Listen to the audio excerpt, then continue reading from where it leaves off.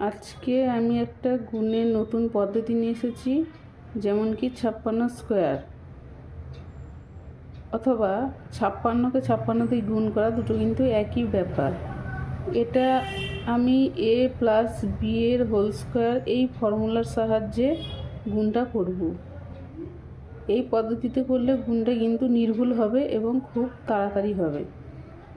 এক্ষেত্রে আমি কি করেছি, a প্লাস বি এর হোল স্কোয়ার নিয়েছি। a প্লাস বি এর হোল স্কোয়ার সমান সমান কী হয়, square plus 2ab plus B square. আমি এখানে 5কে a ধরে নিয়েছি আর 6কে b ধরে নিয়েছি। সেই হিসেবে আমি 5 square plus 2 into a into B plus B square এইভাবে লিখে নিয়েছি। এইটাকে সলভ করলেই কিন্তু উত্তরটা বেরিয়ে আসবে খুব তাড়াতাড়ি। যেমন হচ্ছে 5 স্কোয়ার সমান সমান 5 5 25 যোগ 5 দুগুণে 10, 6 10 60 যোগ 6 6 কত হয় 36, 6 স্কোয়ার।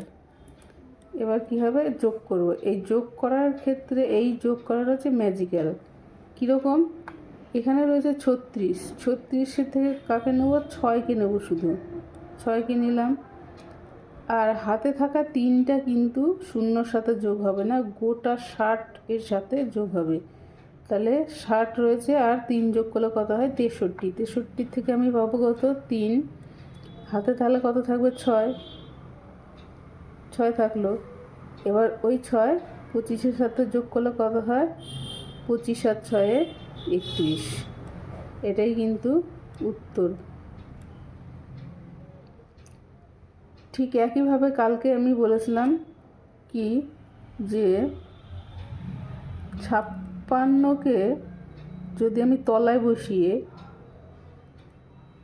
এইভাবে ক্রস মাল্টিপ্লাই করি, আগের দিনে আমি শিখিয়েছিলাম, তো সেই হিসেবে আমি এটা আজকে একটু দেখিয়ে দিচ্ছি। যেমন কি 6 6 36-এর 6 নিলাম, পাশে আমি লিখে রাখি নিজের সুবিধার জন্য 36 লিখে নিয়েছি। এই 6টার নামালাম, হাতে থাকলো কত 3।